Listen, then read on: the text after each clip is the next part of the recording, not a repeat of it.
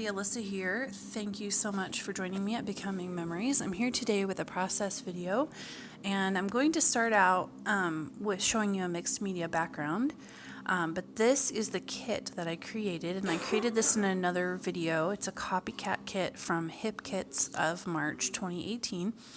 And I'll link that video down in the comments below. But I'm going to start out with a mixed media technique here. And I actually am using the green cardstock that is in the kit. However, I started to record that and then the recording ended and I didn't know it. So I'm repeating here with a piece of blue cardstock. But I'm just painting up this background stamp. The stamp is from Prima Marketing. And it is probably a decade old, so I don't think it's available anymore, but you can use any background stamp for this technique. And I'm painting it with gesso.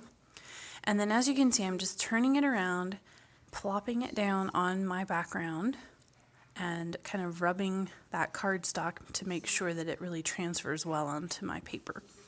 And I kind of deliberately didn't press as much around the edges to sort of give it a little bit more of a distressed kind of impression, and also where you don't press so hard you see more of the pattern of the stamp.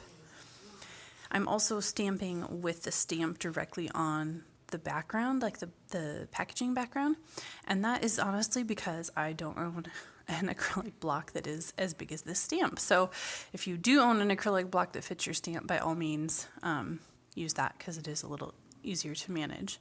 So I decided to just take a moment here and check and see how my photos are going to fit on this background, and I decided that not enough background was going to show, so I'm just repeating my stamping in a few more places. And what I love about this technique so much is how well that gesso shows up on a dark background. It really provides a very cool white on dark type of image, and is super fun. So now, through the magic of movie editing, here's the green background I made using the same technique, and now I'm ready to start putting together my layout. So I'm going to pull out my photos and just kind of figure out where I want them on the page, and I kind of play around with this a few times to sort of figure out what direction I want them facing and how I want the kids looking. And then I'm taking my distress tool and I'm using Distress Oxide, and I'm just kind of rubbing around where I think the edges of the pictures will be, just to sort of create a little more of a dimension and color into the background. And because I put that gesso on there, you can see that yellow Distress Oxide really shows up super well on the background. And I'm going to look here and tell you in just a second what color that is. Fossilized amber. That is fossilized amber in Distress Oxides. So now I'm bringing in some pieces that I fussy cut from the kit, and they're from that gorgeous floral paper from the Dear Lizzy Lovely Day collection. And this is that Dear Lizzy sticker book from the original Dear Lizzy collection that I got at Hobby Lobby, I don't know, probably 12 years ago or something. It's pretty old. So I'm just putting that sticker down on a piece of lightweight white cardstock and cutting around the edges so that I can have the freedom to kind of move it around on my layout without it being permanently stuck just yet.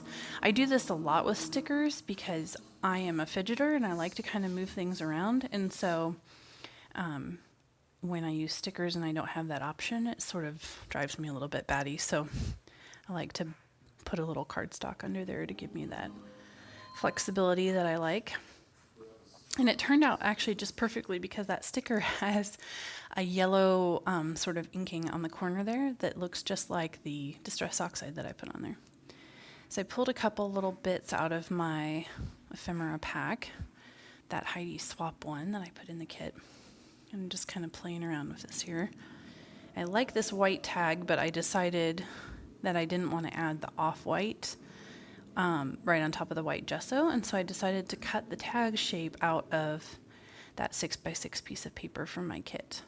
And that also adds a little bit more of that light corally pink that's in those flowers into the layout. And then there I had this camera that came from the Heidi Swap pack, and I thought it was just kind of cool because it was so big, and I immediately had the idea to put part of my title right there over the camera lens, which is what I end up doing. So now I am fussy cutting out a couple of these houses from that Dear Lizzie Lovely Day. And I absolutely adore that these are black and white, because I think if you wanted to color them in or mist them or ink over them, like they're so flexible and you could just do so many things with them. But in this case, I'm going to end up leaving it white. So I just used that there as a layering piece, kind of overlapping my photo just a little bit. And now I'm pulling out these leatherette stickers, and these, nope, I'm not pulling out the leatherette stickers. I am going through my papers looking for another layering piece. At this point, I was looking for something that I could use to kind of anchor the whole layout so that it felt just a little bit more grounded and not so much like that whole cluster there with the photos and the flowers. I didn't want that to feel like it was floating. So I'm going to cut a strip here of this stripe and stick that behind the whole cluster. This is why, unlike some amazing scrapbookers who can just like put things on the paper and stick them down right away, I don't really stick anything until the end, because I have a tendency to move things around right until the bitter end. So now I'm going through, and I decided that I need a fussy cut flower there on the bottom underneath the camera, because I wanted to cover up a little bit more of that gessoed stamp. And the reason for that is, if you notice, if you look around the layout, like not very much of that background is actually still showing. And so I wanted to balance out how much was showing in that corner and just kind of leave the hint of the stamping all the way around. And so that's what I'm doing here. I'm just cutting this out. And when I cut a flower out that has white sections, white lines, like between the flower petals and such, I like to cut around the flower and leave a little bit of a white border, because it makes it feel more unified. It looks almost more like a die cut. And when you cut like right up to the color around the edge, it definitely is more noticeable that it's a fussy cut piece, and it's not originally that way because of those white sections in the image. Does that make sense? I hope that makes sense. So I'm cutting out another piece now, because that piece actually didn't extend down far enough below the camera to have the effect that I wanted it to. So I'm cutting out a different piece, and I'll just save that other piece for another layout. So if you had a chance to watch my scrap room tour, you'll see, you did see, or if you decide to watch it, then you'll see that I have some containers that have like layered, they're like stacking containers, and they lock together on the sides. And I use them to organize little fussy cut pieces that I have cut and not used. And sometimes when I'm doing a layout, especially if it is a layout that I'm mixing and matching patterns and papers and not necessarily using a full collection, I will go through that, and I will almost always find a little piece, a little something that I stuck in there that works perfectly on the project that I'm currently working on. So now I've decided that I do like that piece that I just cut, and I like the way that those leaves kind of hang down. And so I've decided it's time to go ahead and stick down a couple of things. And you'll see that I stick down some of my main pieces, but I still do not stick down most of my embellishments at this stage, because there's a very good chance that I will still move some of them. I told you I like to move things around, and I do probably waste too much time fiddling around sometimes. But so there go the photos, so that I can stick other things on top.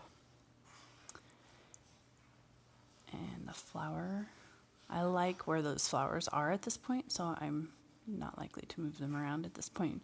But like that little leaf piece right there, I just tucked it back in, and I have not attached it because I may move it again. And I like to put like 2 strips of adhesive down the center of my photos and leave the edges free for tucking things underneath. So that's what I did there. And I'm at this point kind of just contemplating switching where that camera and that house are, but decided not to do that. Mainly because I am planning still to use the center of that camera for part of my title, and I didn't think that I would be able to do that over on the other side.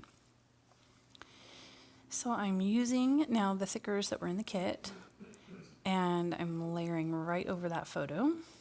Because I have 2 photos, and because these are not like overly thick thickers, they still basically allow that pile of dirt to show through enough that you can clearly tell what's going on in the picture. And so I wasn't really worried about covering up the bottom of the picture. I do this a lot. I do like to layer things on top of my photos, and so I feel like it just makes the whole layout more cohesive, and it kind of makes everything really work together. So I'm just adding the second word of my title, which is Mother's Day. My kiddos actually planted these trees with my husband on Mother's Day, and it wasn't really exactly a Mother's Day present, but it was definitely kind of something fun. So these are the leatherette stickers from Pinkfresh, and I've never ever used leatherette stickers before. So this is really fun. I actually really enjoyed using these, and I like the different texture that it gives to a layout. However, you'll see me here in a bit go back and stick all of these down with glue because the adhesive was not very good. There was a company that made a similar product years ago, and it was thickers. It was vinyl thickers. Did anybody have vinyl thickers? If you had vinyl thickers, let me know in the comments. They got rid of them, and I'm pretty sure it was because they had some significant adhesive issues. And then after a while, they would kind of leave oily marks on your layouts. And so they discontinued those quite a while back. But that's kind of what the texture of these leatherette stickers reminded me of. And but I did indeed have to use more adhesive because they were just really not sticky, despite being only maybe a year old. So I'm adhering this camera embellishment down with Pop Dots because I'm still planning on putting the first part of my title on there, and I wanted that to really stand out from everything else. And so I'm just writing here these little L Studio stickers. These were not in the kit, but I elected to not put a tiny alpha in my kit because sometimes I just like to grab a different color tiny alphabets, and I didn't really want to put 6 of them in the kit. So I just decided to add whatever tiny alpha I needed for the layout at the time. So I'm spelling out there a tree for, and then of course Mother's Day completes the title. A tree for Mother's Day. And that was an apple tree. Sadly, we really didn't ever get to see it bear fruit because we moved about a year and a half later, and I think we got maybe 3 apples that second summer that we were there, but hopefully the new owners of the house are enjoying my Mother's Day trees. Where we live now, we actually have lemon trees and orange trees, and so that's super fun because I've never had lemon and orange trees before. So, okay, so there I go with the extra adhesive for those leatherette stickers. And I mean, it's obvious here. I stuck them down originally, and then when I wanted to put more adhesive on them, they just came right off. So I'm almost done here. I decided to pop up this little house embellishment with some foam squares to kind of balance out that camera and add a little dimension on the other side of the page. And then I debated, yes, I almost did this. I almost took this kind of striped pattern from Pinkfresh and used it as a journaling piece. And then in the end, I decided not to. I didn't like the way that the stripes on this little piece competed with those stripes going across the background. And so I have a video on my channel all about how I organize my albums. And so on the opposite side of this page, in case you haven't had a chance to watch that yet, there's actually going to be a Project Life type spread that has the rest of my photos from that week. And so I will include some journaling about this page over on the opposite side in my Pocket page. I just find that my personal aesthetic and my style and the way that I like my layouts to look, a lot of times journaling just doesn't fit, which I know is kind of silly, but it just is.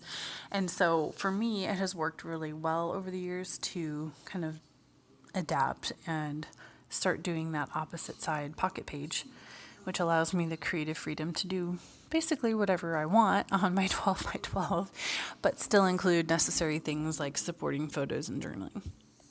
And so, like, usually before I clean up my desk after a project, I just put together those Pocket page cards with all of the things that are out on my desk. So now I am cutting out one of those little adorable little bird cages.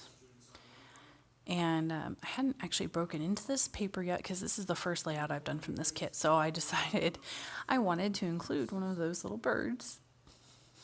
And it seemed appropriate because this is a layout about outdoors and trees. And so the birds seem to fit.